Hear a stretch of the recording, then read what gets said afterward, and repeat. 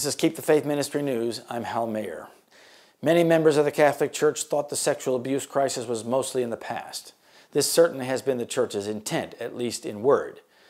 But it is again in the spotlight in the Pennsylvania Grand Jury report.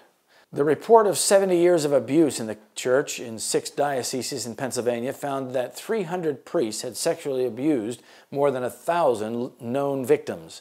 In addition to scandals involving the former Cardinal Archbishop of Washington, D.C., in the UK, Australia, Peru, and Chile, and on the verge of papal visit to Ireland, which suffered some of the worst of the worldwide priestly abuse, the head of the United States Bishops' Conference has appealed to the Vatican for external assistance in conducting a blanket investigation into the continued blight of the clerical abuse crisis across the U.S.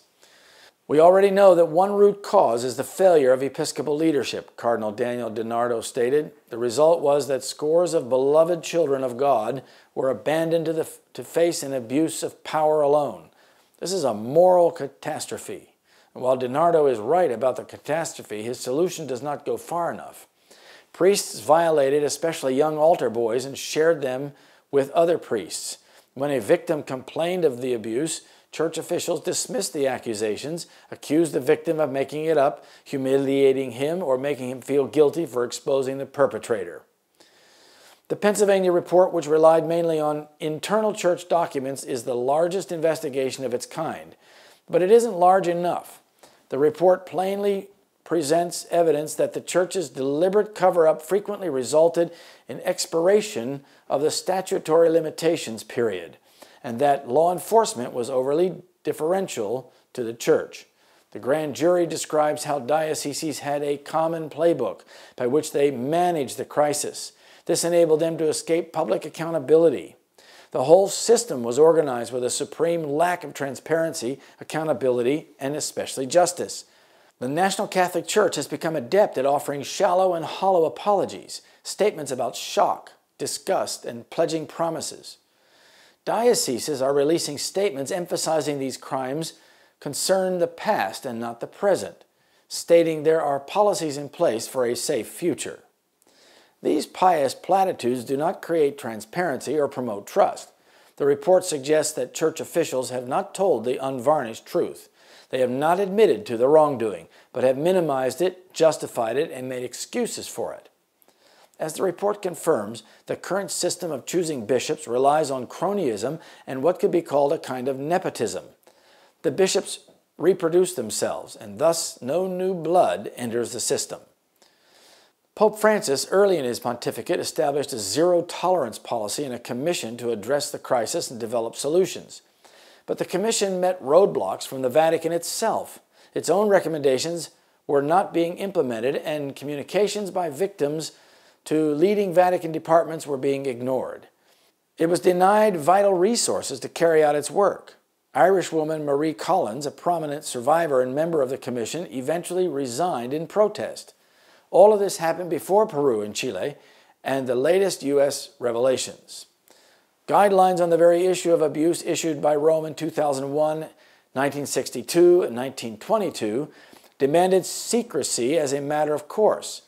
It was policy to keep the activities of abuser priests and members of religious orders from coming to light in the public domain. That policy was central to an institutional culture of putting the institution's reputation above the welfare of its members and the victims of its ministers. That culture still lingers within too many bishops worldwide, and even amongst some Vatican officials. The Pennsylvania Grand Jury report is limited to 6 local dioceses in Pennsylvania. It was so bad there that it raises questions about the rest of the country. And indeed, since there have been so many revelations of abuse over all the world, whether or not there should be grand juries or the equivalent everywhere. If the Vatican's own papal commission on these issues has floundered amidst resignations, then there is still clearly a deep-seated malignant institutional culture at the Church's core, of which the abuse crisis is but sadly an acute symptom. In other words, what other crimes are still hidden? This is not simply a series of individual moral failings. It's a crisis of moral corrosion and corruption embedded into the Church. Values and virtues have become suppressed, even by those who teach and promote them.